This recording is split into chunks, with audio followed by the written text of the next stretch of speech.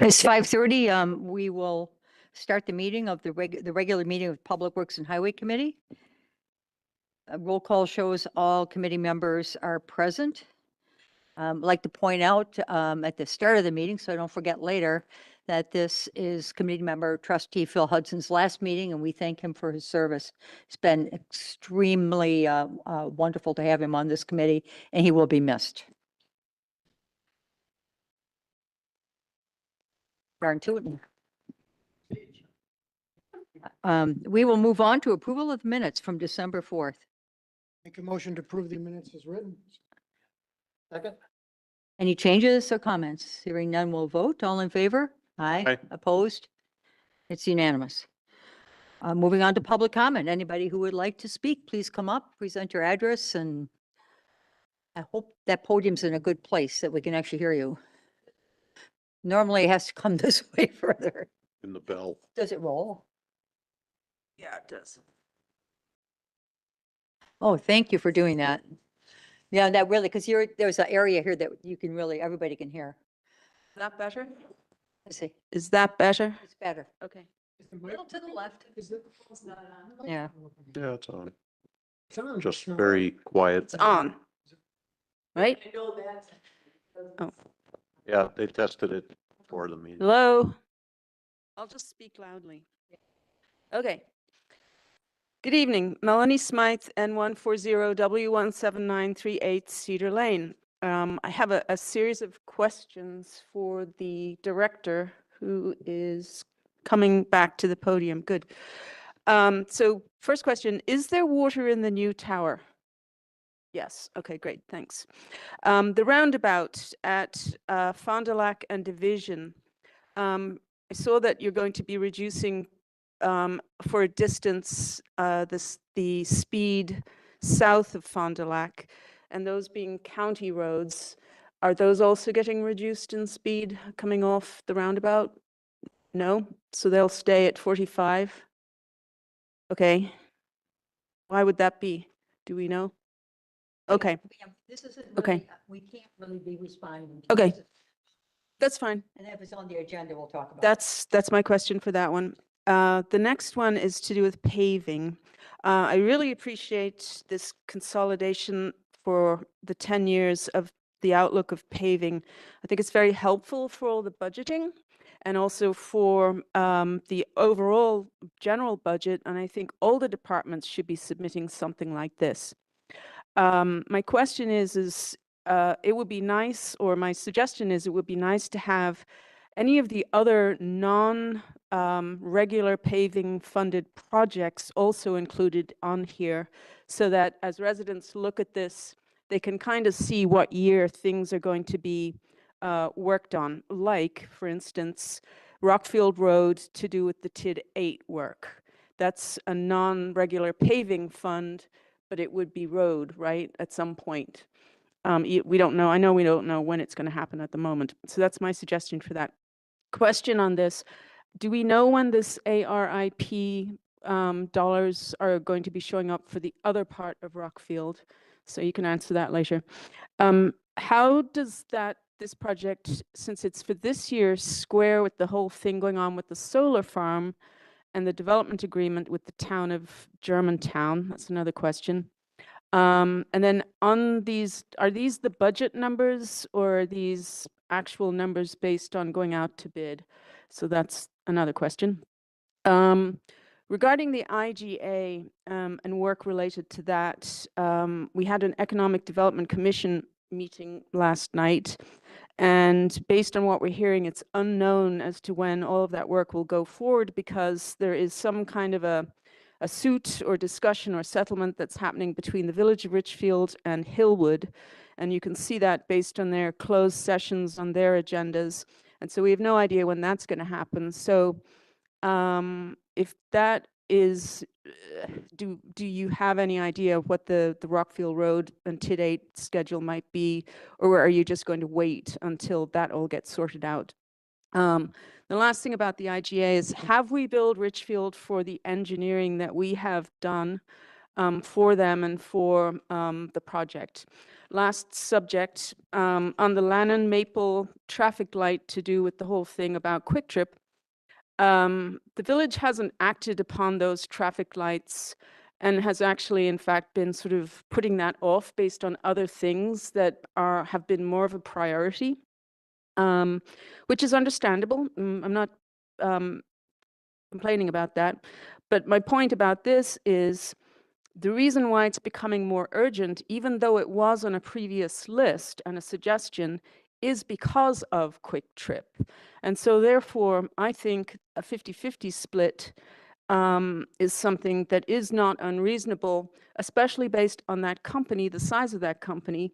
Having been on that side of development equation myself in the past, that company can afford $250,000. That's not an issue. Those are my comments.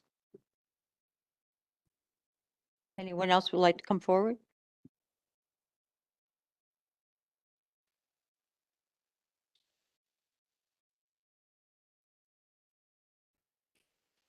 Hello, board.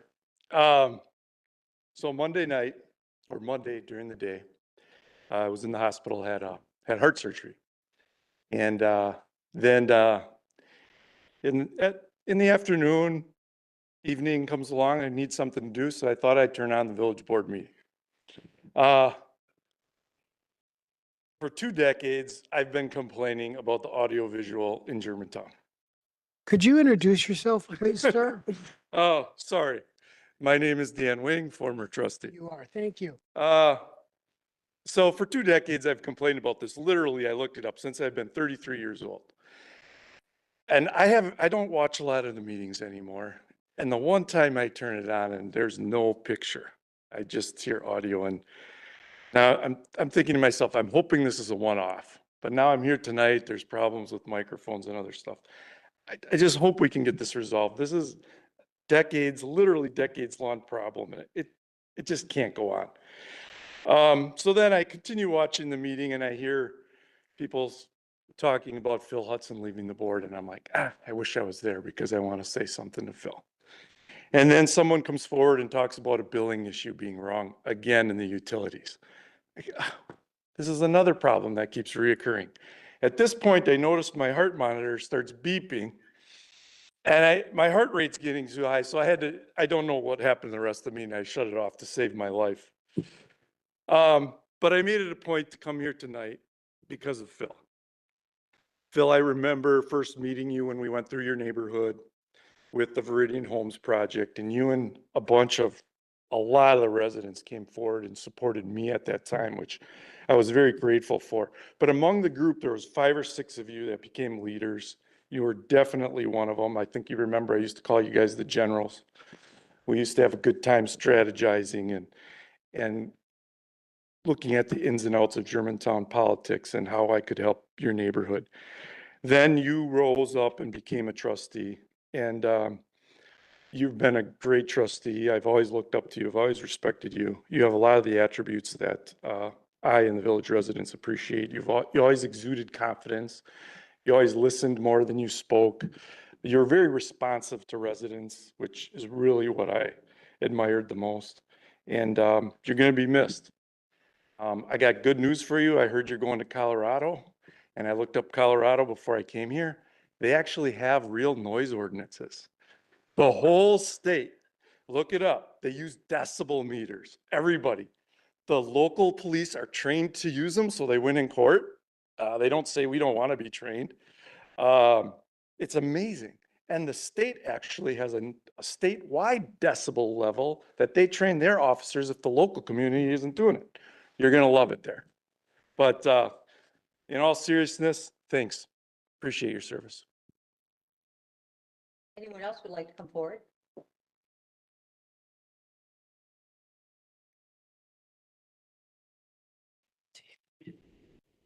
Good evening. My name is Jan Miller. I'm at W151 and 10297 Windsong Circle West. And it's a hard act to follow, Dan. But my comment tonight is about my colleague, Phil Hudson. He's a great neighbor. not only that, he's been a wonderful trustee. And the only reason that I'm a trustee is because he walked down the street and said, "What are you doing? Why don't you do something?" And so yada, yada, yada, I ran for village trustee. But Phil has wonderful attributes. Not only is he a great person, he's talented, he's kind, he's generous, and he's always here for the residents. And I think that speaks volumes. And I think he should be held as a servant leader. And we appreciate his leadership. And he will be missed a lot. And I wish you all the best in Colorado. Thanks. Anyone else with any comments? Hearing none, we will move on to unfinished business, of which we have none. New business A, award of the 2025 GIS services contract to Rupert Melke. So this is an item that you probably haven't seen before. This is one of the services that's been an annual service, but we're trying to pull it together and bring it to committee for appropriate approvals. We've used Rupert and Milky for our GIS services for a number of years. You can see by the attached letter that there's kind of a base fee for licensing, and then there is some budgeted allocations for updates to GIS as well. So we're asking for approval and to continue using Rupert and Milky for GIS services in 2025. What you anticipated? Yep, it's right in line with the budget. It's divided between the utilities, between engineering, and I believe police and fire as well. I'll move approval of the GIS services agreement with Rupert Milky not to exceed $45,125. Second. Did you have a comment? Yeah, second, and then I'll have a comment. Okay. So is this one of those situations where it's proprietary, where we really couldn't go to anybody else because they're the only ones who, It's not proprietary, and we could go to somebody else. I'd say that you wouldn't do that without some sort of transition strategy. And there is a possibility, I can't tell you how likely or not it is, that down the road we may need to change, but we're not prepared to make a change like that this year. I think that's something that the asset manager position will help us with, and continued input from the guys in the back of the room there. they also mention a transition upgrade cost that could be an additional 35,000. What triggers that, or is that on the horizon, or? Yeah, there's a change in how Esri is doing the licensing, and it's prompting them to do a version upgrade of their software, which will require a transition at some point. I don't believe that Germantown will be transitioning to the new version of that in 2025. But if we did decide to do that, we'd come back and request that additional funding. Would we renegotiate that? I mean, just by possible. signing this agreement, doesn't say for sure we'll give you 35,000 to upgrade. Right. Doesn't Yeah, that's say. just kind of there to provide insight into potential budgets for the future, I think. Okay, thank Call you. this a budget letter, and I had to modify it a little bit to show like the actual cost for this year. So it could be something we could bring forward for approval. All right, thank you. Further comments? Hearing none, we'll vote. All in favor? Aye. Aye. Opposed? It's unanimous. Item B, authorization to purchase 2025 wastewater pickup truck.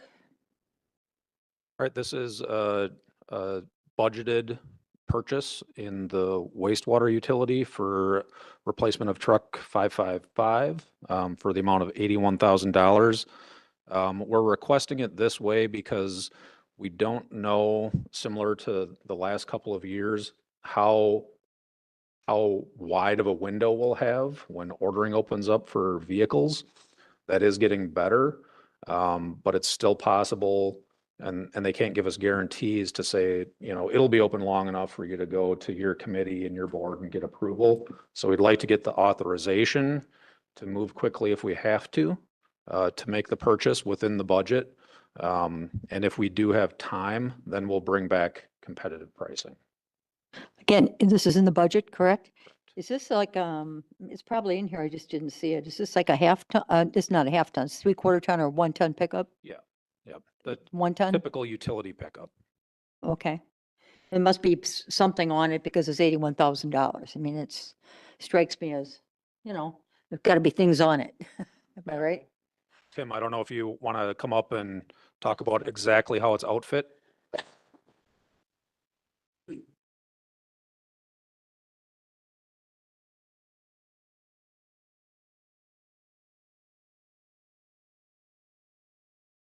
So it'll be outfitted with a plow, a 1,000-pound lift gate, and in the wastewater utility, we typically get the diesel engine because of concerns with carbon monoxide settling in open manholes when we're working in the road.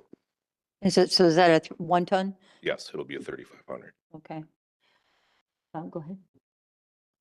I'll make a motion to approve the purchase of the 2026 model pickup truck in the amount not to exceed 81,000 from account 60,185,000.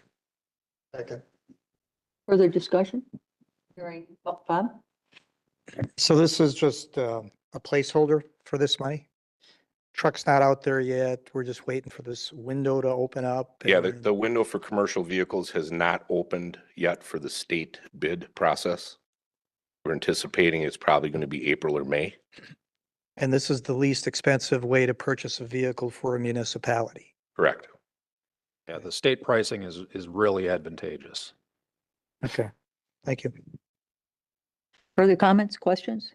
We'll vote. All in favor? Aye. Aye. Opposed? It's unanimous. Thank you, Tim. Moving on to C, authorization to purchase 2025 Highway Department pickup truck. Yeah, I mean, it's the same story. This is actually a truck that'll be in parks. It really, effectively isn't that much of a difference, but potentially a short ordering window, and we'd like to get the authorization to purchase. Ready? Coming up, so somebody else. I'll make a motion to approve the purchase of a pickup truck, a 2026 model pickup truck in the amount not to exceed 71,000 from account 40,564,592,200. Second. Comments? These are Very both 2026 models, so, I mean, we won't take delivery until the end of the year sometime or early 26? Yeah, I think later this year. Okay. All in favor? Aye. Aye. Opposed? It's unanimous. Item D, authorization for a blanket purchase order to replace hydrants, replace valves, water main breaks, and water service repairs in 2025. So this is kind of the typical start of the year request where we're looking for authorization to spend on these counts for emergency repairs that come up. And it includes, like you said, hydrant replacements, water main repairs, and lateral repairs, in addition to valves and so on. Is this pretty much as what we had in the budget for this last year, or is this an increase? The budgeted amounts are all the same, so the 215 in the first account, actually all the budgets are the same. And the spending does vary, so it's not a blank check. We're just trying to replace what's broken. And if you look at the spending on some of these accounts, though we received the same level of authorization last year, the actual spending is actually luckily for 2024 below all of the budgets. Committee? I'll move approval of the authorization to replace hydrants, valves, water main breaks, and water service repairs in 2025 up to the identified amounts as presented. Okay. Go ahead, Phil. So that amount, I think, has been consistent now over the last several years. Are we due to inflation, are we not starting to creep up on the caps or did we just have it over budgeted 3-4 years ago? I think it was likely that the budget was a little high in a couple of the previous years. Some of the accounts, I have information in Tyler Munis going back to 2023 and then what we've actually spent so far in 2024. And on a couple of these accounts in 2023, we did have to go over the budgeted amount, but in 2024, we're below. It really just depends what happens in terms of emergency repairs. Weather. Yeah, that affects it, I'm sure. Yeah. We have a motion and a second. Any more comments? We'll vote. All in favor? Aye. Aye. Opposed? It's unanimous. Moving on, approval to purchase a loader bucket from Kelby Brothers for an amount not to exceed $9,100. All right, so the loader bucket that we have will be located or is located at the Public Works Building for use over the winter loading salt. We'd like to get another bucket to locate at the previous salt dome on Division and Fond du Lac.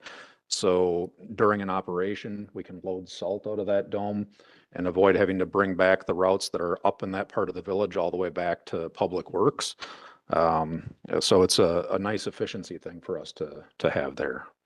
And we did determine we're going to keep that salt dome, correct, into the foreseeable future? Yep. And this is just the bucket, obviously, for that Just the price. bucket. Yeah, the salt dome itself had some recent work done on it. I mean, the plan is to keep that for the foreseeable future. Okay, committee?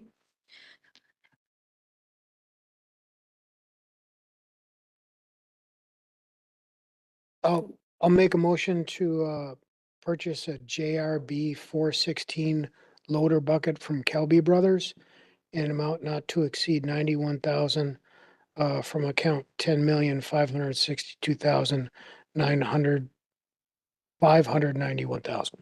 Second. Correction, 9,100. 91,000. 591,000. That's, Oh, sorry. Yeah. Yes, thank you. Thank you. Gosh, yes. Good call. any more discussion? We'll vote. All in favor? Aye. It's unanimous. Yep, that I go out on the high note. that would have been bad. Definitely on a high note, yes. You get emails for a long time. All right, We won't discussion. even take that. Discussion and action on the preliminary design for Division Road. All right, so I'm going to pull up a presentation. We've been working over the last several months since we knew this was going to be in the budget and have come to some determinations on preliminary design considerations. So give me a second here. I'm going to pull up a PowerPoint and then we're going to kind of bounce back and forth between this and some exhibits. And I might just leave it like this because that can allow me to flip back and forth easier. So the things related to Division Road that we need to consider as we're going through design here are listed on the agenda for this item. There's a lot of areas over the course of over the segment of road with right-of-way issues that need to be corrected, and we'll go into some more detail on that. There's some areas kind of between Lilac to the Jefferson Ditch where we're considering installing stormwater infrastructure. Some crossing changes at Virginia. I already mentioned the storm sewer, sidewalk between Wendy and Dottie. Some work in correcting the right-of-way around Donjas Bay Road. And then we're considering using speed notification signs to address some concerns that were brought up in the public information sessions. So just getting more specifically into these issues. The issue with the right-of-way is that it's inconsistent over this segment of road. You'll see where subdivisions have been platted that there's appropriate right-of-way. And then for parcels that haven't been, the right-of-way extends to the center line of the road. It's the opinion of the village attorney that the prescriptive rights that we have, where the right of way extends to the center line of the road, that's enough for us to maintain and install the road, but it wouldn't be enough to construct or extend paths. And a lot of what we're doing here with Division Road includes pedestrian improvements and path work. So where we're looking to make those improvements, we feel that we need to acquire the right of way in order to do that. So I'm going to jump over to an exhibit that just shows some of the right of way concerns here. Everybody see that all right? So we're up, I'm going to go north to south here. This is Division and Mequon. And this is the road. So that's the middle of the road. And this is the right of way. You can see here we have properties extending out to the center line. And just heading south, all the older ones that were unplatted. And when we move on to the next topic, you'll see how there's issues with the path that we want to correct in some of these locations. And we wouldn't be able to do it unless we acquire some of this right of way. So as we go down, here we have pretty clear right of way. Yeah.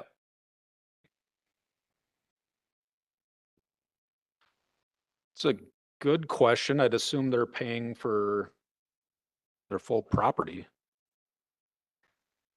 I don't know if it's. Yeah. I'd have to have Matthew Yeah. Uselding probably here to answer that as best. I mentioned because down the road, as you're acquiring these properties, Yeah. you'd have to take another look at the square footage of their property and recalculate, la da da da da. So, That's a possibility. okay, thanks. Yeah, just in terms, I guess we're looking at this from an engineering perspective and in terms of constructability. In order to do what we think is the best for the road, this is a step that we would have to take. So there's some right-of-way issues along Division Road that we'll talk about in a minute. And as we go down, there's just a few. This one on between Wendy and Dottie is an important one for us to get in order to extend that sidewalk. So I don't know if there's any questions about that. Can you scroll to the other ones again? Up? Up. Yeah. Okay, that's really the road that they own. Yep. And Yeah. so we can't just take that back, There's a process that you have. but we take it back. We don't pay for it. Yeah, I mean, I think we're talking, Kevin, you have a little more information on We don't pay for our road. There there could be some compensation. Correct. The right of way that's prescribed, I would anticipate that being appraised at $0 of compensation for establishing that 33 feet of prescriptive right of way.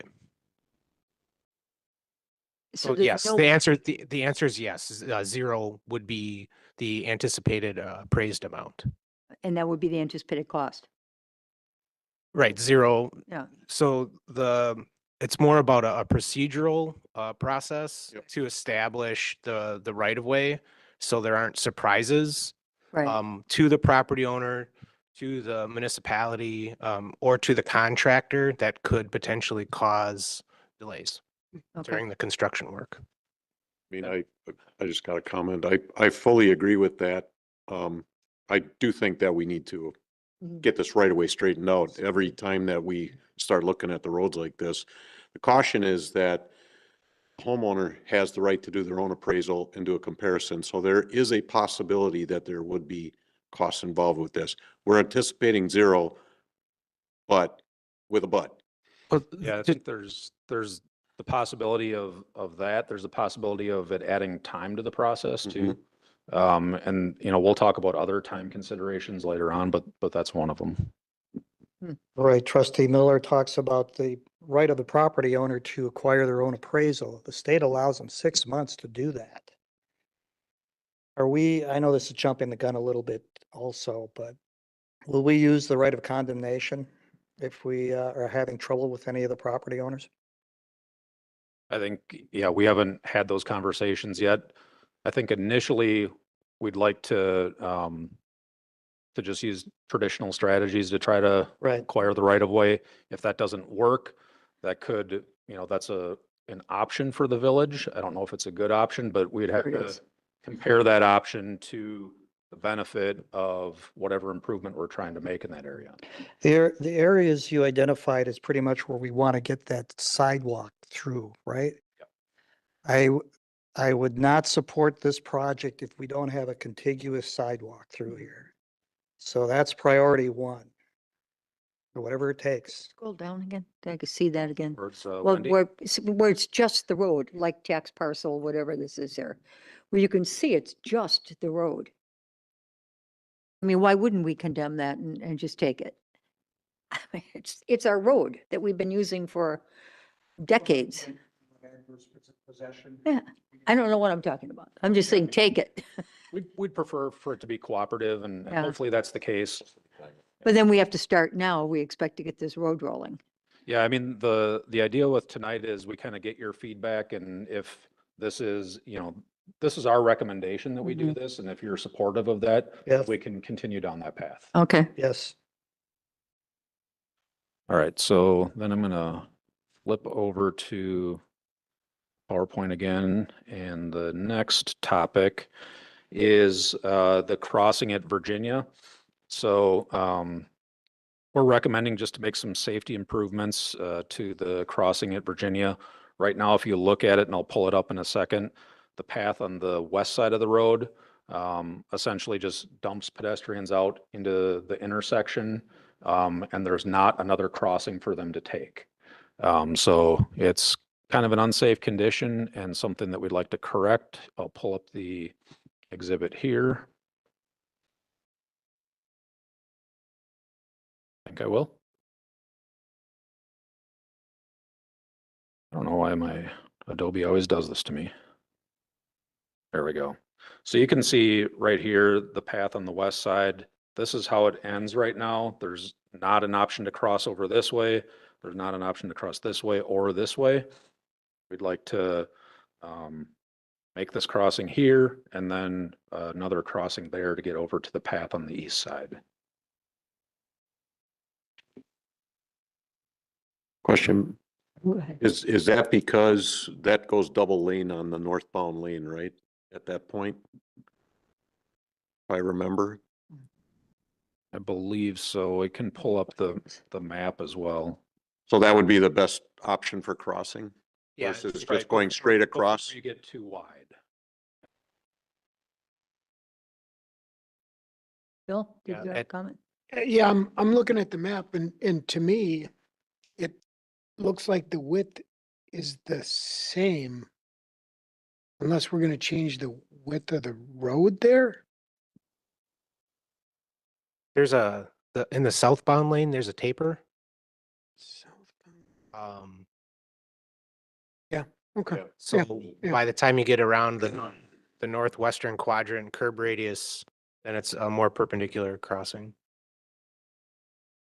So here's the intersection. The other, and I think it's actually the next item, is this is one of the properties that has that owns out to the center line. So we would need to acquire right of way here, One with the trees? the one with the trees. Okay. So one option would be to, oh no, I'm sorry, I'm looking, that was a mistake. I was down here. But yeah, primarily we're looking to make the crossing here to the east side because the path ends right here essentially on the west side. And there's not an option to get over to the east side, a safe option. Yeah, this is, so safety is a priority and providing connectivity is what. It makes this- sense. And there are lots of this walkers in recommendation that is. area. A lot of elderly walkers. Yeah, it's all senior housing. Yeah. Okay. So that is Virginia. Back to, Matt, you could close the comment section. yeah. All right, the next one is an extension of storm sewer we're considering on the west side of the road from Lilac to the Jefferson Ditch. This is the segment where the ditch is really steep. And we think this is a safety issue that needs to be addressed. The idea would be just to install the storm sewer and allow for a more moderate ditch in that location. And I'll pull that up. How do you get the water into the storm sewer? I'll pull up the drawing and then we can talk about it. It's actually in this one, I think. Or no, it's in. Here we go. So Kevin, maybe you can walk them through. This is the extension that I was talking about. And then in order to make a path improvement on this side, we'd like to extend this storm sewer because here you have the path going onto the road and we'd like to get it off the road. So in order to do that, we would have to install storm sewer over that location. And in terms of the flow and how water gets from point A to point B, Kevin, Sure. feel free to take it away there. Yeah, Bob, there'd be field inlets along the west side. You're building a structure on that new storm sewer, and are you thinking of beehive grates? The typical inlet is a flat grate. Okay. 'Cause I was concerned if they were beehives elevated, they'd be just as much of a hazard. You know, if a vehicle gets off the edge of the road, that's the very thing you're trying to address with this, so. Okay. On the east side, we would have to accommodate drainage at a twin culvert. There's flow coming from the east subdivision in a drainage swale, so we would put a flared end section there for inlet to drain that, and probably have a railing adjacent to the path. So that's right here, twin culvert.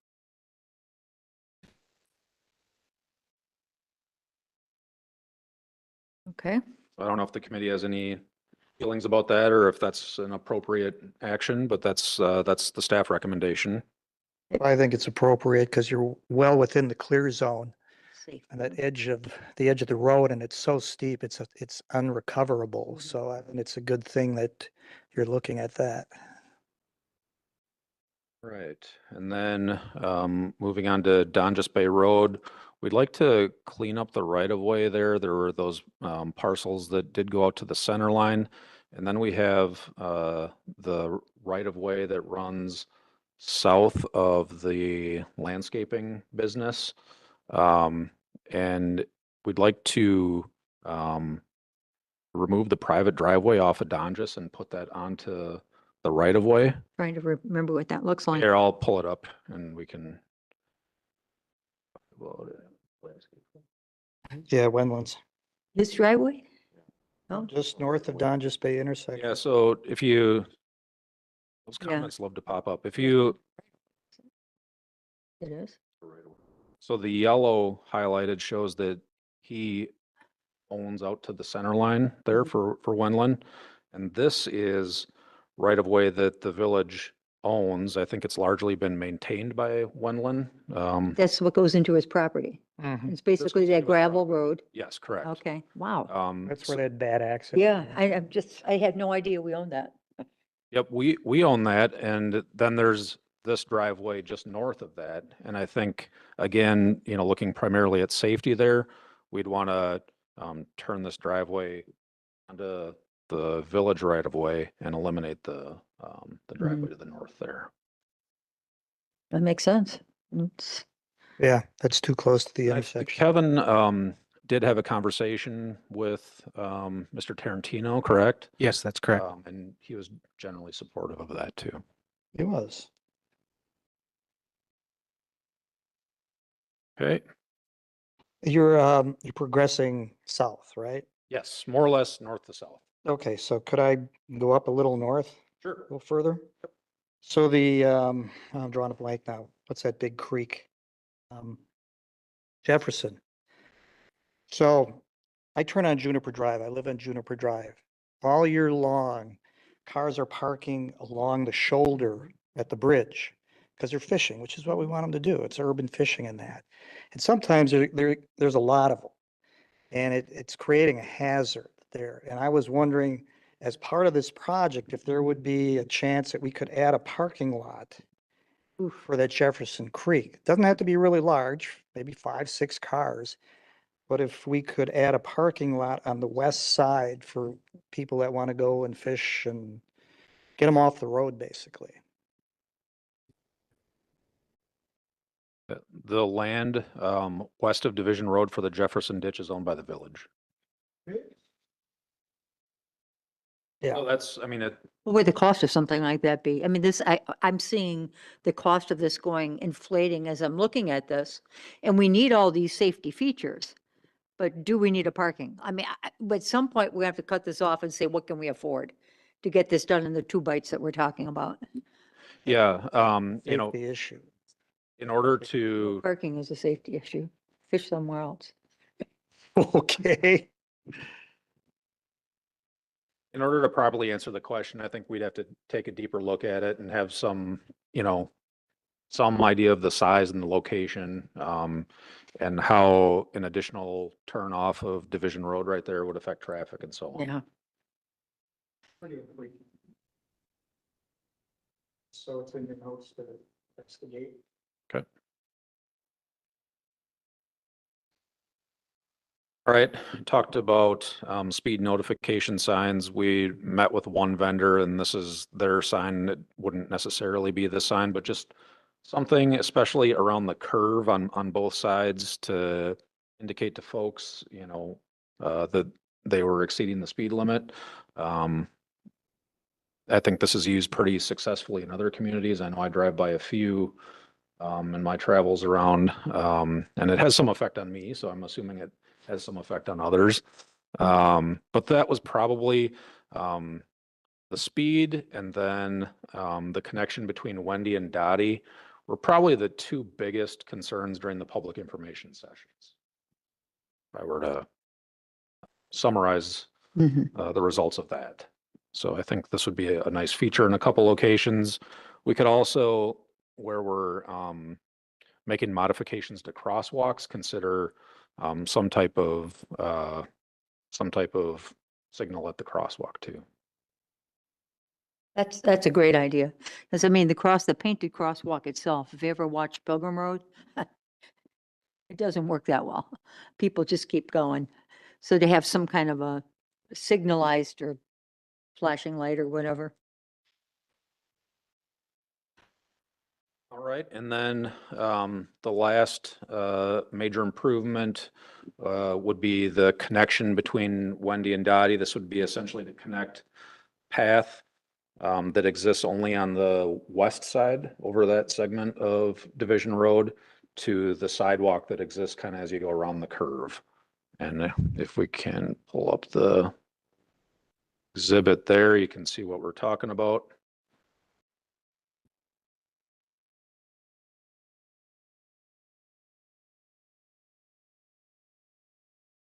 So, well, this is the right of way issue right there that we need to resolve. And then if we just go back to map.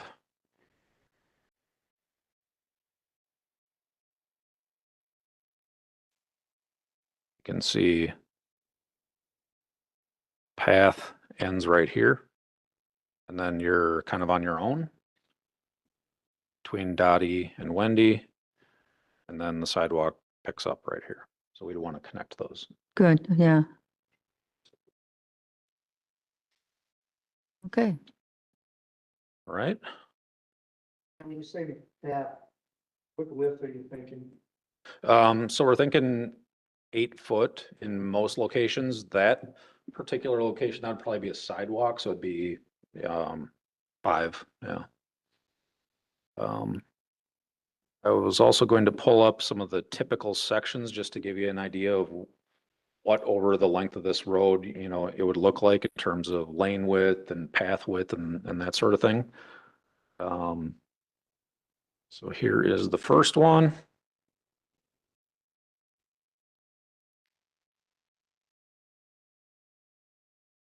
Does not like me.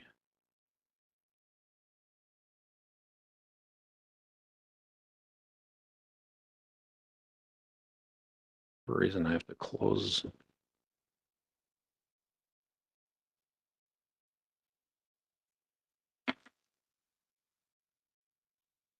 Close out those comments and then try to get this a little bigger for everybody. Might be a little too big, but let's see. So on the top, you have the existing. Zoom. Oh, yeah. When I get there, hang on.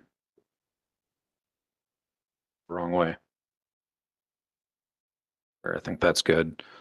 So this is the existing typical section, and you can see this is south of Lilac and Hawthorne. We're not really, over the entire course of the road, recommending any different dimensions to the roadway itself. This is more or less what it would come back with. The 12 feet lane, 3 to 5 foot shoulder in this location. And then what we had was the 5 foot path, and we're recommending the 8 foot path. In this section, we'd also be installing the storm, and that's what you're seeing right there. And then as we move into different sections of the road, this road is, been talking about it here for 10 or 15 minutes, but it's very atypical and there's not a lot of consistency throughout the road. That's one of the big things that we could address by acquiring that right away. So here, this is Eva Circle to Virginia. You guys see okay? Yeah, we'd like the old man font, please, over here. I'm trying. Can close that out too, and that helps a little bit. All right. So this is the existing typical here. Let me scroll over again. You see the 12 here. We have the right turn lane. So it's wider in that location with the additional 12 feet. Again, we wouldn't be changing that. And then the current condition is the 5 foot path. And really what you'll see different here is the 8 foot path.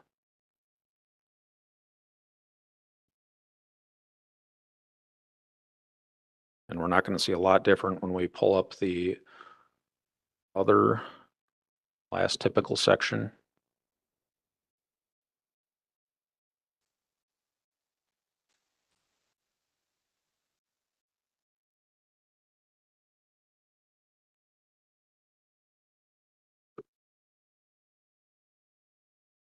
It's going to do it again.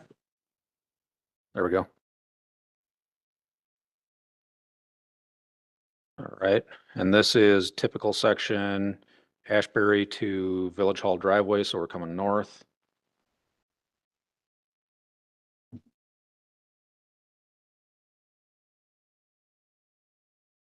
So here again, existing, we've got the 5 foot shoulder over here and 5 foot path.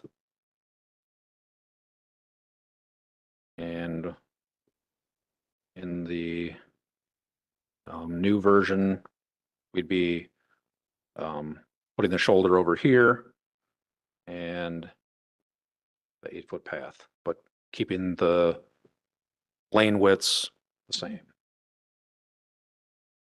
I don't know if you guys have any questions or feedback on some of those. Just a executive summary on that. On any location on this road, is the path / walkway contiguous to the edge of the road? Or do you always have a buffer there? And what is the minimum buffer? I think, except right at crosswalks, there would be a buffer, assuming that we're installing that storm pipe in the location that we showed on the east side. Okay, otherwise you have a terrace, 3-5 feet, something like that. Yeah, and we're too early in the design to say exactly how many feet that buffer is going to be. The engineering staff has been working pretty hard on utility locates, and that's something that we're going to talk about next. So there's some jogging back and forth that we might need to do to avoid conflicts there. Well, I just want it to be noted, just like the continuity issue, which is very important, is to provide a buffer, a minimum of 3 feet. Because that's a big safety issue. If you want people on a sidewalk or a pathway right next to cars that are traveling 45 miles per hour, there is no buffer there at all for any correction of whatever. And we went through the same thing at Donges Bay. When we reconstructed Donges Bay, I think we have a buffer in some areas of maybe 2 feet, which is really, doesn't accomplish really anything. So I think that's a priority here with these paths and walkways, to maximize the separation of that path and walkway from the edge of the road. So if it means some additional right of way, I'm all for it. Yeah, I think we agree with that. And most of these recommendations come down to safety concerns and then Yep. consistency on the roadway. All right, then I'm going to go back to the PowerPoint. We went through typical sections. I mentioned utility relocates. We do know that there's going to be a number of locations where utilities need to be relocated. So provided that the committee is okay with the direction that we've outlined, identifying exactly what utility relocates, excuse me, mean in terms of cost to the project, and timing would be a next big step for us. So the utility timeline for relocate and the timeline to acquire the right of way are kind of the next 2 big steps. So I don't want anybody to think that, you know, as soon as weather breaks this spring, we're going to be out reconstructing Division Road. That is not going to happen. But yeah, and it's a possibility that that, you know, this may take us the majority of the summer to get through just those 2 steps. And it could be pushed to next year. You know, we're hopeful, and there's reason to believe that, you know, this could happen later in the summer or towards the fall. But those are 2 things that we definitely have to work through. And then just as a reminder, we would be talking about this in 2 phases. We'd basically be going from the ditch north and then from the ditch south in phases. That will help us with our Old Farm lift station upgrade planning as well. So there's, you know, a time consideration with that. Taking the phased approach, we'd be doing construction over 2 seasons, whatever those 2 seasons are, this year and next year, or next year and the following, to address Division Road. Our hope was to start it this year, though, correct? Yeah, I think initially, you know, we had hoped to start it this year, and we still may. I don't want to rule that out. Yeah, I don't want us to rule it out or slow down because we don't care, because we do care. That road is in terrible shape. And it has been for a long, long time. And it's not going to get any better this summer. So, you know, push on. Yeah, getting the concurrence tonight is very helpful for us to continue to move Yeah. forward with the design. You'd like a motion from us just to say we approve of what you've done so far, and that's what I'm looking at here? Yeah, I think that would be helpful for us, a motion just of support of what staff has presented. And if there were any differences, you know, we'd be certainly open to discuss or entertain those as well. There's some additional things to look at, like I mentioned, Park. Jefferson Park and that. Just real quick, what are your biggest utilities out there?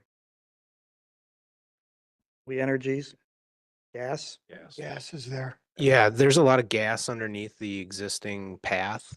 And then there's also gas and electric on the west side where we want to put that storm Got any sewer. distribution under there? I'm not sure the diameter. Distribution? I'm not sure. I don't know the diameter. Oh, I Of mean, the- major lines there, which would take years, half a year to relocate. I just think you're overly optimistic when you look at utility relocates and coordination and right-of-way acquisition. It's not happening this year. Sorry, just my experience. I'd like There- it to, but Yep. So that's one of the things we're gonna follow up with now that we have kind of this concurrence to move forward and do utility coordination and reach out to see about the timelines with We Energies and if it's going to fit with their prescribed schedule, or if we may be able to do it concurrent with the contract as part of an allowance item. And you'll be back giving us another update in a couple of months, you're thinking, with what you've learned, or?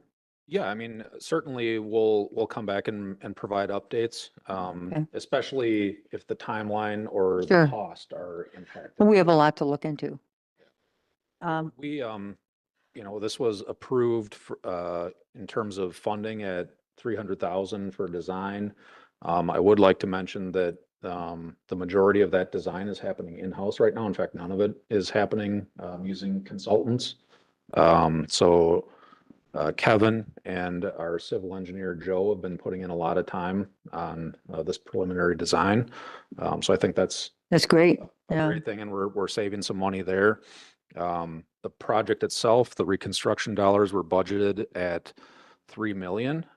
And when we look at the Kapoor estimates that they did back over the summer during the public information meetings, the simple pulverize and reconstruct was about 2.3 million over the stretch. We kind of allowed ourselves, you know, to grow the project a little bit for some of these things. You know, we'll see, is that, you know, is that enough to get us to the end based on, you know, what we're Mhm. recommending here? When's our next information meeting? Regarding Division Road? Yes. There isn't one scheduled right now. I was planning, just like last year, to do kind of a spring informational meeting, where we talked about upcoming projects, throughout the village. That's a great idea. I think we did that in April last year. I might try to do that a little earlier, like March. I'll entertain a motion to move this forward, just to give our consensus. However you want to word that. Bill's our man. Let him get them out of his system. I'll make a motion to say that we like the idea. We like the direction of We, the yeah, engineering I'll staff. make a motion to say that we have no objections. Yeah, support the staff. Yeah. I'll second. Feel free to wordsmith that. Mhm. Any other comments at this point? We'll vote. All in favor? Aye. Aye. Opposed? It's unanimous. Okay, moving on. Approval of the 2025 paving plan, the 10-year road program, and the 5-year seal coating program. All right, so like the write-up says, in previous years, we brought forward a 5-year paving program and kind of the 1-year proposal for seal coating.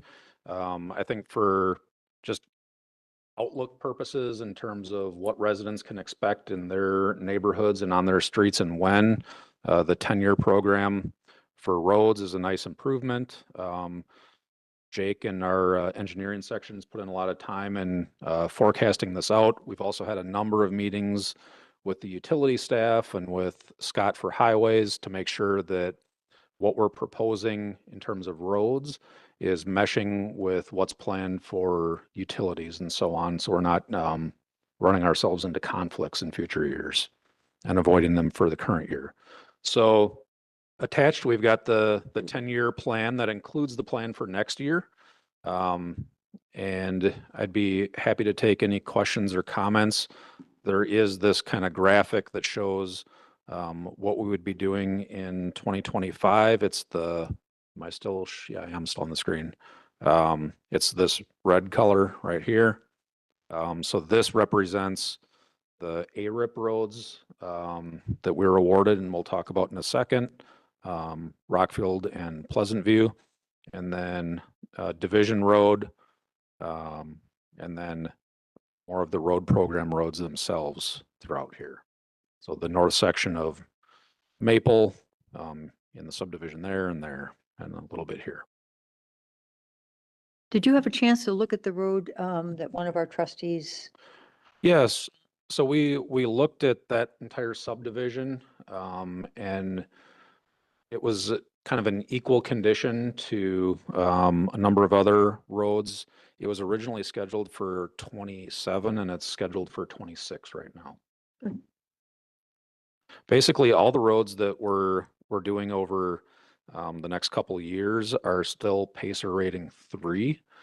with a couple fours mixed in just because the size of the road fits as a potential pull ahead, if funding allows. So, you know, they're all right in that ballpark. And as we get a couple years out, then you start to see more fours. And as always, if there's some weird circumstances, you can always alter a little bit here and there. Yeah. This is what we're hoping for, but it's not set, no pun intended, in concrete. In terms of 2025, this would be our plan. And Absolutely. we would start preparing documents and getting ready to bid. Absolutely. For everything else, it would be reevaluated again next Mhm. year. But this is our hope. This is what makes sense at this point, Yep. just so people understand. Phil? Yeah, I do have to bring up a section of the 2029, in particular Mohawk, Founders, Yorktown, and Flint Rock. That is yet postponed again, and I think originally going back to before your time, Okay. that was actually scheduled for 2024. And the residents of those streets have been vocal about postponement. And I do note again that we are now postponing it out further. I would ask if there is a way that we could move that up or consider moving that up instead of 4 to 5 years from now. They are dead-end streets. They are not greatly traveled, but I think they are more threes than fours, to be very honest with you. Yeah, we have them all as Pacer 4, or I'm sorry, as Pacer 3 right now. Get this right. It's listed in the program as you got 1, 3 and everybody else is a 4. Okay. But, You know, but I would like those looked at, please. we could certainly take you're saying for next year as we reevaluate? To move them further up instead of pushing them back, yes. 26, maybe 26 would be wonderful. 27 if not. Yeah, Yeah, but if you could look at that, yeah, because there are certain, you're right, that's been on the docket off and on it has. And since we're- before your time. Okay. Yeah, and that's, Okay. yeah, and we're. Well, that's good information to have. for Yeah, sure. to Phil's point, I mean, I know that very well because I used to live there. But what happened was it was seal coated and the seal coating all came off. Not Yeah. true. Most of the seal coating came off, so now it looks horrible. And it's been that way for many, many, many years now. So the road does look bad. It is starting to deteriorate. I don't know if a seal coat is even warranted anymore or if it needs to be redone. Yeah, usually when we're towards the last couple of years of the life cycle, you wouldn't do a seal coat. So it's just a matter of biding your time for the repave. But when we reevaluate for next year, we can take a closer look at that. The other thing that's going to happen this year, so the Pacer information that you're seeing on the spreadsheet is based on 23 Pacer rating. It's an every other year. So we'll be getting new Pacer ratings this year. And we know the streets didn't get better. They probably didn't get better. I do think though, not to jump the gun, but with the division road funding, with the ARIP grant coming through, we're going to be redoing a lot of road in the next couple of years. And I would expect that on average, the Pacer rating will make a pretty nice jump up after we're through that. And I think compared to, go back about 12 years, how awful it was. I mean, we've really made a lot of progress. We truly have. You wouldn't, back when I ran first for the village board, that was the hottest issue, was the deterioration of the roads. The horses were chewing the hell out of them, weren't they?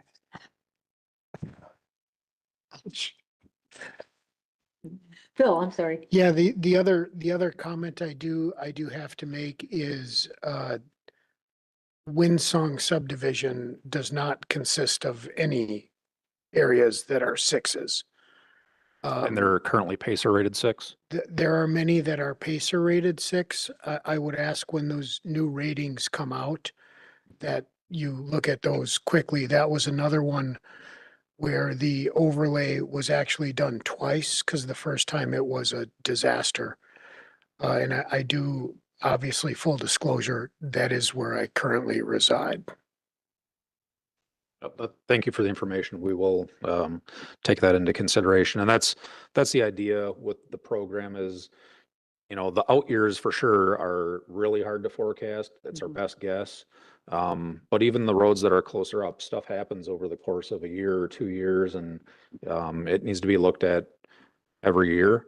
I think we spent a lot of time on it this year and tried to get it right, but you know, there's always, we want to get it right. Mhm. So it requires, you know, a certain level of attention every year. Well, I think, Matt, too, we just give input, and I don't think in all the time I have been on the board, I don't ever remember anybody selfishly saying, oh, you got to do my roads in my area. That's never happened. It's been just a really Mhm. good, fair, balanced approach. And what I appreciate about this is how far out you're looking. We've never been this organized, and I certainly appreciate it. I think what helps a lot too is you have a third party doing the ratings, a consultant who has no biases either way, and it's just, it's subjective to a point. It's the trained eye that's looking at this, but they don't know who lives on this street Right. or who lives on that street, and it's just a comparison of one road against the other, and that's what you end up with the Paisley rating, so. Yeah, and we try to have a very neutral approach and just, you know, more or less based on condition and then traffic Mhm. volume as well. Rick?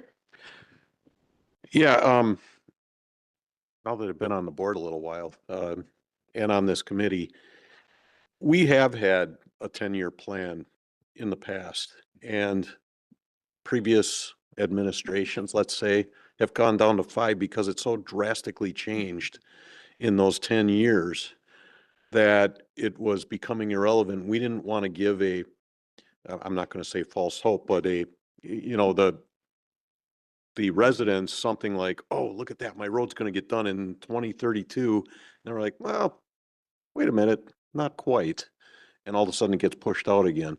So yes, it's great to plan 10 years. I think there has to be a big caveat on this that says this is probably not going to be the plan after even 3 years. It's going to be adjusted. Yeah, I wouldn't commit to anything beyond next year. And this is a projection. So, you know, when it comes to communicating that with residents and on our website, you know, I think that's, you know, a reasonable request is to have that disclaimer. All right, what else do you have here, Matt? That's it on that item. And what do you need from us? Approval. Seal coating, yeah, there's also on this item, there's the 5-year plan for seal coating. Again, similar to the road program, you know, the most important is 2025. And with approval of this item tonight, we would be starting the planning process for seal coating on the 2025 roads later this year. So we also talked about the seal coating and how it has failed in the past. I think the previous few years that we've done it now has been pretty solid. I haven't seen any roads that are lifting that seal coating. So I hope the residents are seeing that as well. We haven't had any complaints, really, not significant complaints. Yeah, In I the thought, beginning, we had a lot of issues. yeah, and I mean, Scott's here if we want to talk about some of those applications, but I think we've been very satisfied with the coating in the last couple of years. I thought they did a fantastic job last year, and even some of the messier applications like chip seal, they did. It was very clean. We didn't get a complaint about it as far as I know. Okay. I'll entertain a motion. Make a motion to move forward with a positive recommendation to the village board for approval of the 2025 paving plan, the 10-year road program, and the 5-year seal coat program. Second. Any further discussion? All in favor? Aye. Aye. Opposed? It's unanimous. Moving on to H. Acceptance of improvements to public infrastructure. So we've been doing a lot of construction over the last year, kind of to close out the process, and in some of these cases start a warranty period. We'd like to accept the improvements officially. And I have those projects listed in the write-up here. The one caveat that I'd like an adjustment on potentially if we do accept these improvements is number 6. That was in my notes, but I put it on there in error. We don't want to accept Donjas Bay Road just yet, but we do want to accept everything else, the water, improvements, utility improvements in Willow Creek Heights, Hilbert Lane, Glenwood subdivision. Sorry, the water improvements were in Hilbert and Glenwood. Paving was in Willow Creek Heights, Hilbert and Glenwood. The Maple Road improvements, and then the 2023 road program improvements as well, and then water main in the Keller Town 9 development. Ready? Make a motion to accept the improvements as presented by staff. 1 through 5, correct? 1 through 5. Or here a second?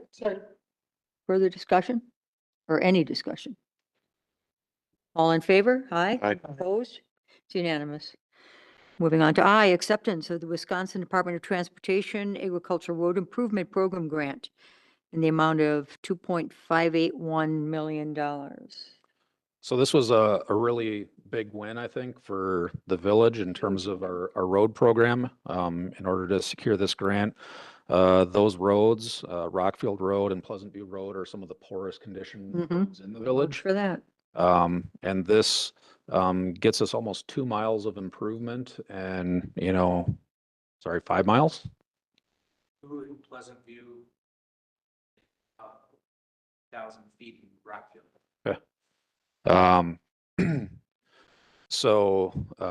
And that equates to, almost 2 years worth of road funding.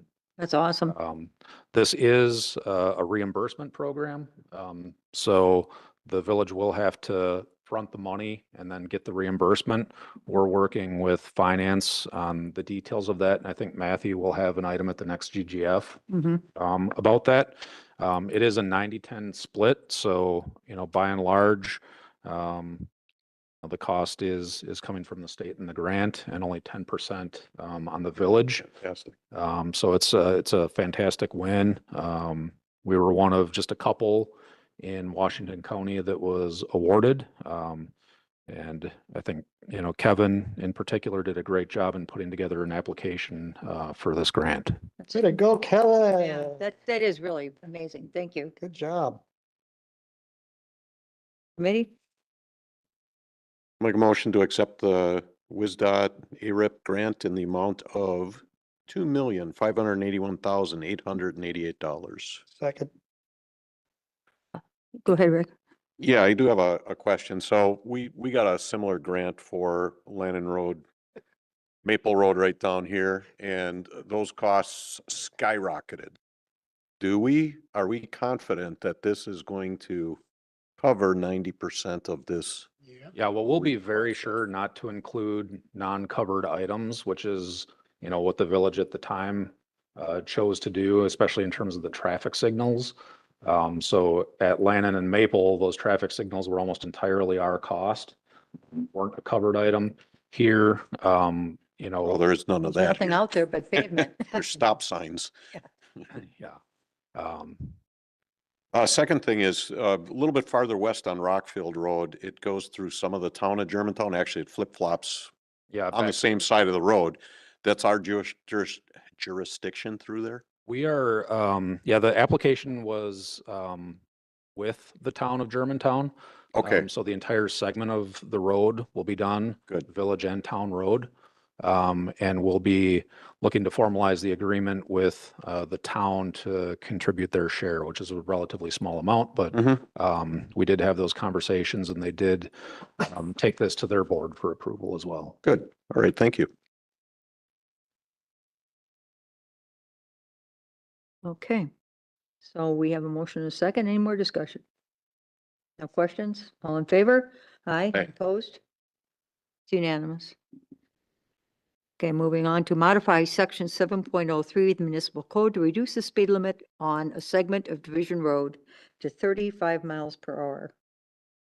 So I'm going to pull up the exhibit here. What we're talking about is the segment highlighted in yellow that's between Fond du Lac and Freistadt, right by the old DPW.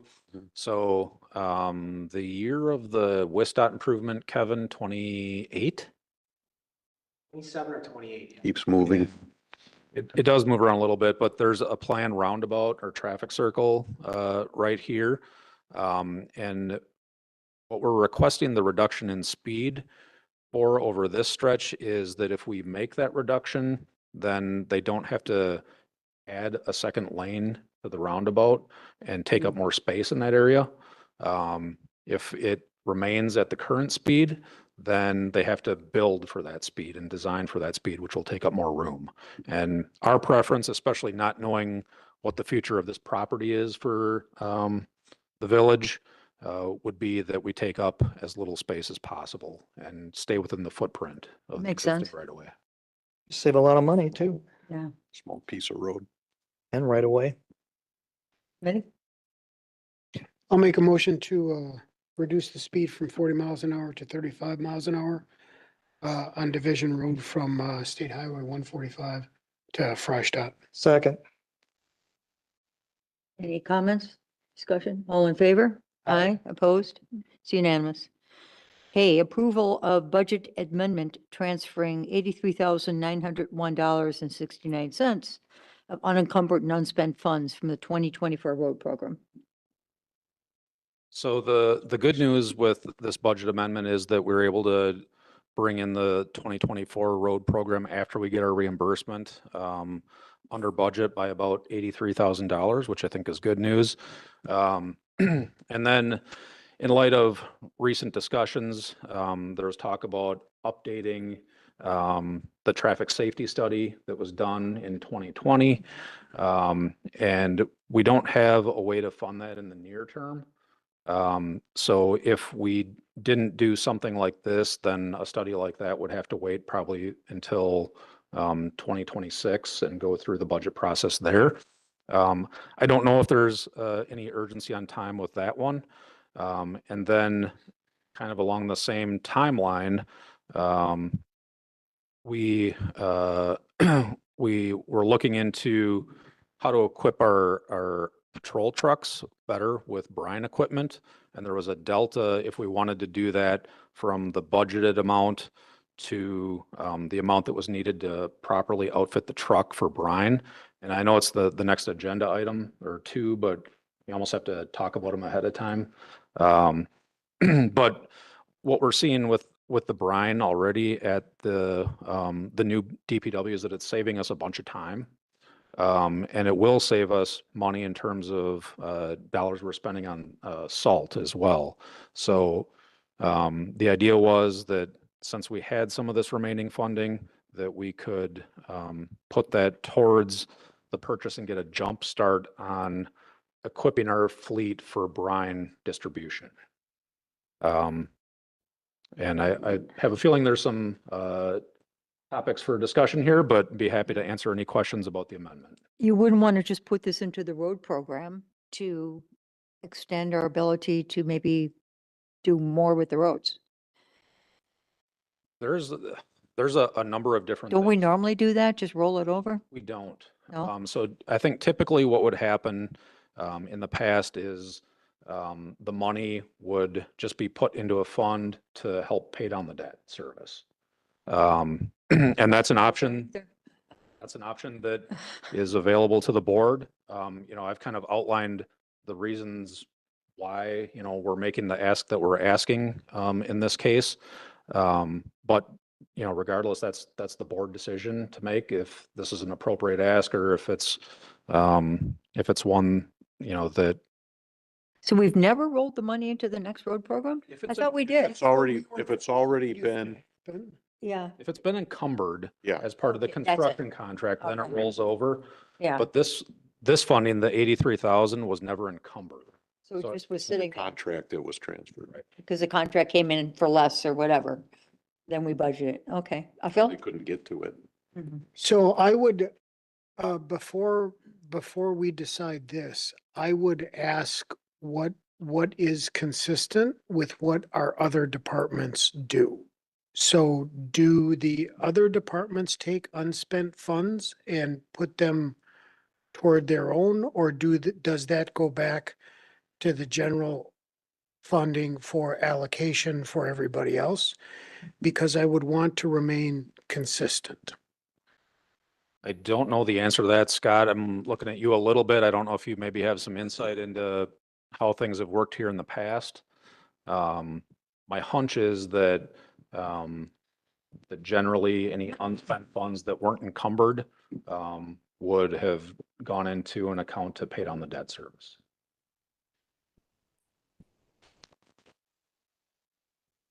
Financial question. Yeah. Really, yeah, I mean, I think there are examples of money that is unspent within a department where it has been reallocated for other projects. I think we can think of probably several. I could probably come up with them off the top of my head. I do believe this is road fund money, correct? So it was assigned to the department originally. yeah, this is road program funding that would remain in public works at least. And then for the TADI study, be applied to road and road safety. I don't, perhaps my wording has been awkward or unclear. If, for example, the library had unspent funds at the end of the year, what would happen to those funds is my question. Because I would want the departments to be treated consistent and not set a precedent. I'm just going to say, you said it earlier. That is a question probably for Matt Uselding and Steve to answer regarding other departments. I guess the example I would use is like earlier this year, we had a project in the parks line item that was budgeted that we made a decision to tackle the project a different way, significantly under budget. We came back to the committee and the board and said, hey, we've got this problem at the library and we'd like to transfer those funds and use the project there. So there is times where we take money from, projects that are remaining. Within a calendar Within a year. year, yeah. I yes, and I do recollect that. Yeah. My question is specifically after the year is closed. Yeah, I think I would hate to give you the wrong answer. I'm kind of in the same boat, and I don't want to extend myself too far out over my skis. Do we need to make this decision tonight? Can it wait till next month or? I mean, it could certainly wait till next month. We'd obviously like to order the truck as soon as possible, but I think in order to get the right truck, and we do feel that like the brine equipment is an appropriate step to take on the next truck that we buy, that we'd be willing to wait the month and do whatever homework. Or let's see what the rest of the committee says. We've heard from one member, Rick. I think in my recollection, it's on a case-by-case basis when we have funds that are, I'm not going to say leftover, but funds that are over the used amount in the budget. This particular one being in the roads, this is borrowed funds, right? Yes. Which adds a little bit Debt more service. to it because the debt service then I think could should go to be debt service. affected by this right away, by paying it down. Mhm. I'm kind of torn. I mean, it makes sense. The 20,000 makes sense for the brine equipment to me. That seems to be the way things are going. We're using it more. We have our own brine making equipment. We're seeing an increase in that and the use of it and the benefit of it. The other part of it for the road program account is the one that I'm not sure of. I don't want to shorten our roads or short our roads because there's a need there. But I think we have to really wait on that and let's see what Matthew comes back with on some information when it's that. I would be okay with allocating $20,000 to the capital account if the rest of the board, rest of the committee would be. For the truck purchase? What's that? The 20,000 for the truck purchase? For the Or for the brine equipment. Yeah, okay. Just to add on. Yet, I guess I want to hear. Right. But just to add on too, that's also a Fund 40. That's also a borrowed amount as well. So it's all borrowed. Correct. Yeah. Well, I had some concerns with this morning. I traded some emails with Steve and with Matt on this. I was just a little concerned that due to good due diligence and that we came under budget for whatever reason. And it's that my first thought was, well, that's great. Now we can pay down this debt service. How else or whenever are we ever going to do that, right? So I struck up that conversation and Steve thought that, I'll just read this email from him, what he suggested. And I'm kind of leaning towards this. He said, Matt's requesting that he be allowed to use $15,000 for the TADI intersection safety study And that was discussed, and 17,000 to cover equipment for brine equipment for a newly purchased patrol. That would leave 51,000 that could be transferred into the Public Improvement Reserve Fund, which I think is the debt service, basically, I think. That was trustee Cuts came up with that a month or so ago. It's like a reserve to help with the debt payment. So I certainly don't want to transfer this into the roads. I don't want to get into that habit where different departments, oh, we got money left over, we'll just spend it on something. I don't want to get into that mode at all. I don't care if it's the library or if it's Public Works or Parks or whoever. I think that it's, I applaud the efforts that we came in under budget and we have this money. Now let's use it judiciously and help pay down this debt service that we have. So. And the brine equipment, you said. Yeah, I thought, I mean, if, I need to hear why that is such a priority right now for that. Well, it's just a matter of timing. You know, we have the brine making capabilities now, and we've started to, make it part of our operation. What we've seen, and Scott can provide more details than I can, but what we've seen is that the amount of time it takes us to distribute the brine, having it right in our own facility with the equipment we have, is that it cuts the time in half from not having to go up to the county to get it. And that gives us the opportunity to use the same amount of time that we'd used in previous years doing pre-treatment to double our efforts and extend the brine beyond kind of the main streets and into subdivisions and so on, where we can continue to see benefits from it. If we don't do it now, these trucks all have a 1-year lead time essentially still.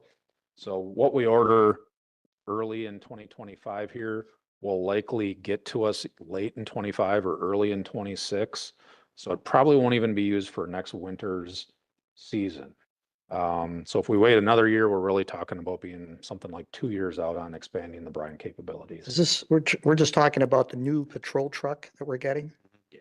Okay, so if we didn't do this now, apply this money towards the brine equipment, is it appear in next year's budget or is it in next year's budget? If you didn't, if you didn't approve the amendment tonight, then it would probably be a Public Works request in 2026. And would that be borrowed money?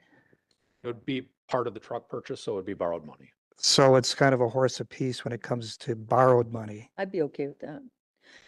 I got another question though. Now, when we're talking about, you mentioned TADDY for the updated study. Is that what's coming up here in the next bullet? Yeah, both of And these. isn't that what we talked about at the village? Were you at the village board meeting? I wasn't, but Okay. the most recent one, but yeah, Yes. it's the same report. And that is something we need in order to determine ultimately Quick Trip and what percentage they're going to pay if we decide to do that intersection. So all this is very intertwined and very timely.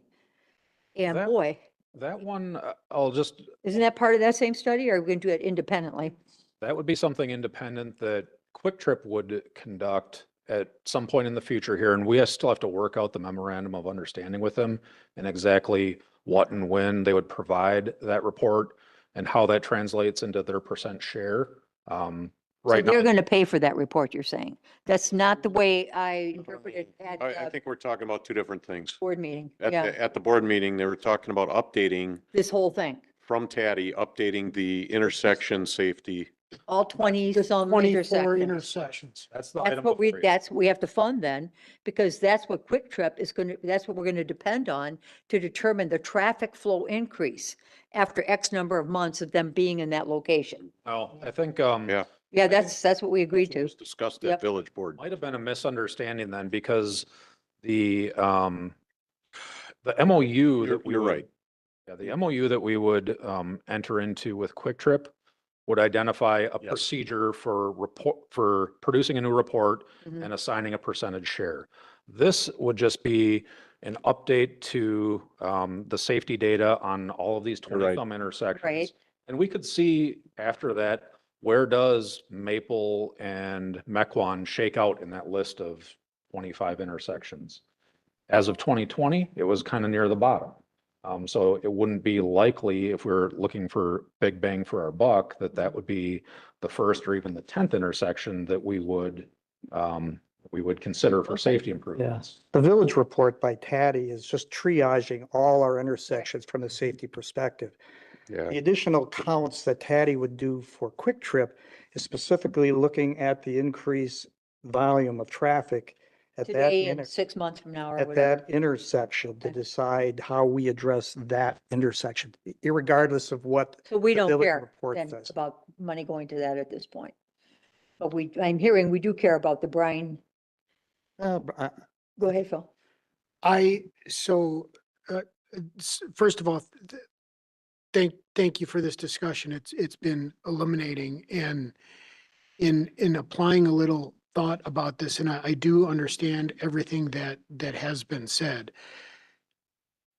To me, the money should solely be used to retire the debt because it is truly money that was borrowed for one purpose with one intent.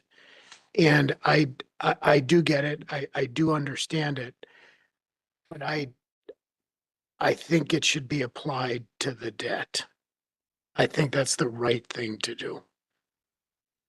All of it. All of it. Yeah.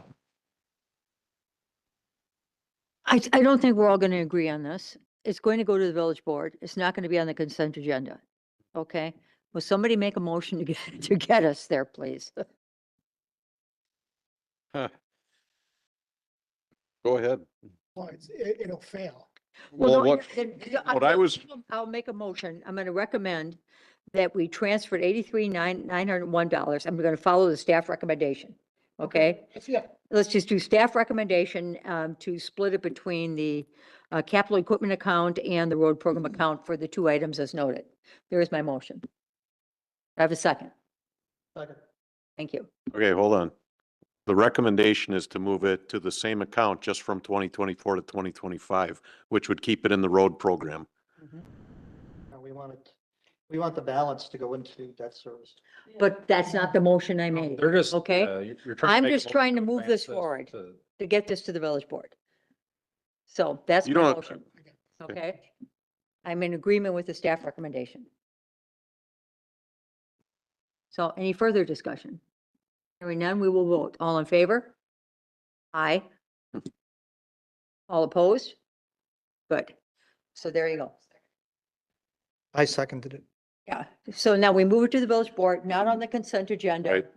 And let's just hash it out there. There will be some very good opinions there Will be. on how this is going to be used. Definitely will be. Okay, moving on. Already. Award of a professional services agreement to Taddy for an update to the 2020 traffic safety study in the amount not to exceed $14,982. Well, based on the last item, I would say that these 2 items are premature, the next 2 items. Okay, so can I have a vote to postpone these 2 Motion. items, please? A motion to postpone this until the next meeting. L and M, both? Can we take them Uh, together? I'm fine with that. Second. Okay, all in favor? Aye. Aye, opposed? L and M are postponed to our next meeting. And that brings us to the director's report. Pull that up. I'll try to keep it brief. I know we've, also got Losing people. some issues here with, Thank you, everyone who's leaving. It's gonna get interesting. Don't go now. I was just going to give Kevin some more kudos on the ARIP project. So obviously that was good news, and that starts off a whole line of planning associated with how to move that project forward. We will be expecting a state municipal funding agreement at some point to be agreed upon and signed by both parties, at which point, the work will really begin. When is that construction scheduled to begin? It's not scheduled yet. Okay. We'll get the agreement in place, and then we'll need to understand the program itself and, the construction years that are available. Typically in LRIP, you have 2 years to do projects. If ARIP is the same, Okay. possible we'd utilize, the second year as an option, but we'll see. Okay. But we would be flexible enough if we were required to do it all next season to do so, or this coming season. We had Rupert and Milky working on this PSC CPR report. This is the report for the water utility. That's essentially an inventory of all different aspects of the system. It's a report that was necessitated out of the village water utility moving from a Class C to a Class AB water utility. And we'd never had to produce the report. It's essentially a report for us, but every so often, and especially when you do a rate case with the PSC, you have to produce the report. We weren't able to produce it because we never completed it. So we've been going through this effort with Rupert and Milky to do that. We recently asked for an additional $20,000 for them to continue work on it. It is looking, unfortunately, like at some point in the near future, we may have to come back with additional request in order to see this thing through the end. We made a lot of good progress and we're getting very close with the report. We did submit a draft of the report to the PSC for an initial review and a letter requesting an extension for 3 months on the deadline, which has been extended several times. So that will continue to be an issue for us for a little while. We did open the new yard waste facility. Tim left a little bit ago, but the first day was last Saturday. Everything went pretty well. We found a few things in terms of the flow of traffic and other things that we'll learn over the course of time. But overall, the vast majority of people did have the permit. There were a few that hadn't received the permit. For a period of time, we're going to just allow people through by checking an ID, but reminding them to get to the permit. At some point down the road, we'll want to cut that off and require the permit.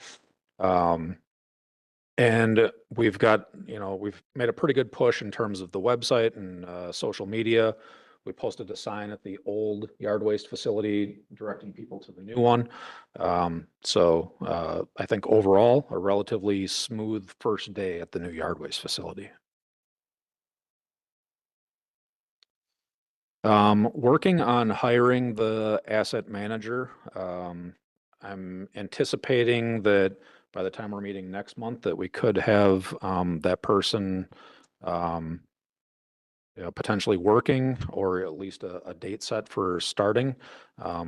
We've conducted some interviews so far, and there's some promising candidates there. Is that an accountant or an engineer or a combination of both? Not an accountant. We're looking at physical asset management, and not even necessarily an engineer. I think a lot of what we're looking for out of the position is somebody that's good with technology and in particular GIS experience, because that's probably kind of the center of what we'll be using for our asset management strategy is putting kind of everything through GIS, and where other integrations are needed for other types of management software, it would at least start with GIS. We've been working on a couple different working groups, one related to safety in public works. I'm trying to make an emphasis of this year with the staff and getting our 2025 training scheduled for the year in a way that addresses department-wide safety training needs, and then focuses on particular work groups that might have specific needs for training. And then also starting like an awareness training, they're called toolbox talks, where you just have 5 minutes at the beginning of the day to go over a particular safety topic. And we've made some good progress there and are working with CIVMIC, who's our insurance provider, and they conduct some training. So I think some good progress on the safety group. Same with the equipment. We've really started to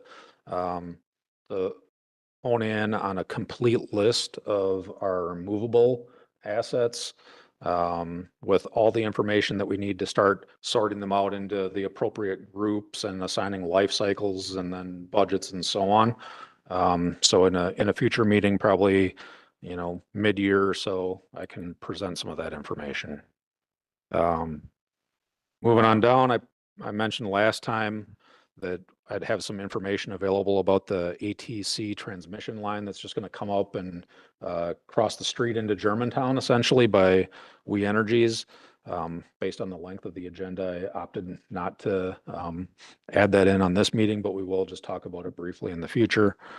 And then we got an update from WISDOT that the Mequon Road 167 resurfacing that's happening east of Wasaki, so in Mequon, was pulled forward and will be done this year. So it doesn't directly affect Germantown, but if you're traveling into Mequon or out of Mequon towards Germantown, you could be impacted by that construction. Mentioned ARIP a couple times now. Next time, I'll pull together a material usage report so we can see the material we've used in some of our winter operations so far in terms of salt, brine. And then I'd like to start a kind of an ongoing report that just shows our fuel consumption as well. Last item is FEMA updated their floodplain maps, and there's some issues associated with a couple different locations in Germantown. We'll probably be bringing an item forward for the committee and then the board to consider in terms of what is the village's response to that. Is it something that we want residents to attempt to appeal individually, or is this something that the village itself should take on, and we can have an RFP prepared that would allow us to go down that road if the committee and board felt it was appropriate for the village to do that on residents' behalf. And we've got the typical complaint log, very high on garbage this time. Lots of complaints about garbage, but that's always right near the top. It has to be because of holidays though. Yeah, A lot of it, I think, Heidi, I don't know if you have any insight into that, but I think it was just the getting out of sequence over the holidays and missed collections. Like me. How do we, oh, well, never mind. Let's go across the street with my I don't want to duck. talk about mailboxes anymore. I'm Wednesdays, which is bad because. Is that it then, Matt?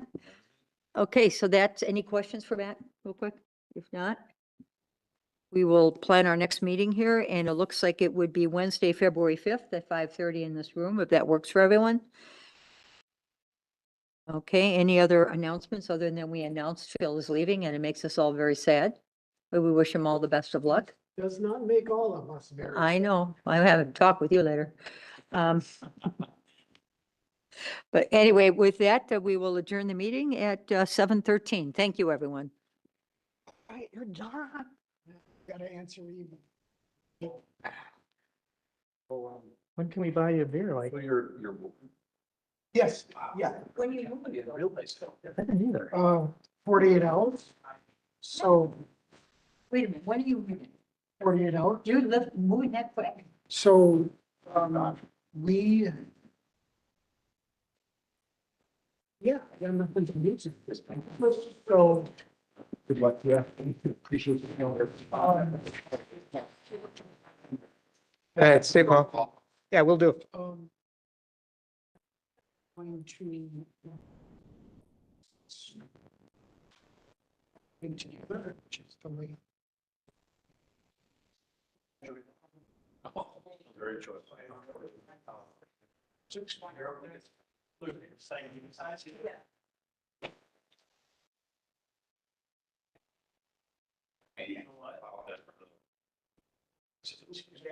Access to the road. Yeah, and shut them down.